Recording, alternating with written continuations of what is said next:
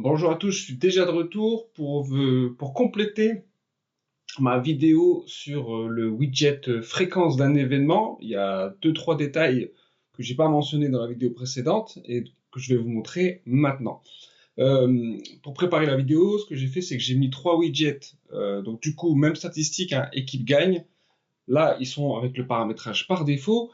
Et donc, du coup, je vais vous montrer qu'il y a une possibilité, c'est tu veux aller plus loin. Donc, en fait, c'est la possibilité de combiner deux stats. Donc, je vais vous montrer un exemple où je vais combiner avec la stat gagne à la mi-temps. Donc, hop, voilà. Et quand on choisit une stat à combiner, on peut la combiner suivant trois opérateurs logiques, hein, et, ou, et si. Donc, et, ça veut dire les deux doivent être vrais. Ça veut dire que là, en fait, on va avoir le pourcentage des équipes qui gagnent à la fois à la mi-temps et en fin de match. Ok? Donc, j'applique. On voit déjà qu'entre les deux ici, il y a des différences, hein. Riga, qui est en deuxième position, passe en première position dans le widget. Mais on peut aller encore plus loin. Je prends la même statistique. Et cette fois, je dis si. Donc là, en fait, on regarde la stat principale seulement si la stat secondaire est vraie. C'est-à-dire qu'en fait, on va regarder des équipes qui gagnent le match quand elles gagnent à la mi-temps. C'est-à-dire qu'elles gagnent à la mi-temps, donc est-ce qu'elles gagnent le match en général. Donc ça peut être très utile en live. Voilà, la première mi-temps se termine, l'équipe gagne, on regarde, voilà, on voit que par exemple ici, Riga, quand elle gagne la première mi-temps, il gagne 100% des matchs. Ok? Donc ça peut être très intéressant. Voilà.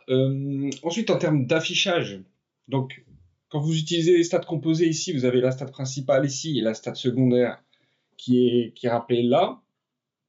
Et donc ici, vous avez le petit opérateur si. Quand vous n'avez pas d'opérateur, ça veut dire qu'en fait les deux doivent être vrais, hein. Je vous rappelle, ici c'est l'équipe gagne à la mi-temps et gagne fin de match. Et là, c'est l'équipe gagne le match quand elle gagne à la mi-temps. Ok?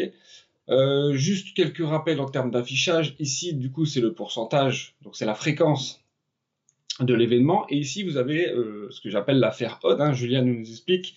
En gros, en dessous de 1,73, si on prend en compte ce pourcentage, ce taux, en dessous de 1,73, la cote n'est pas intéressante. Voilà. Donc, c'est intéressant de voir. C'est à vous ensuite de comparer avec la cote qui est proposée par votre bookmaker et de décider de parier ou pas. Voilà, c'est tout. C'est déjà pas mal. Je reviendrai plus tard pour encore une vidéo sur les widgets. Toujours pareil, posez vos questions en commentaire, partagez sur X, etc. Bon dimanche.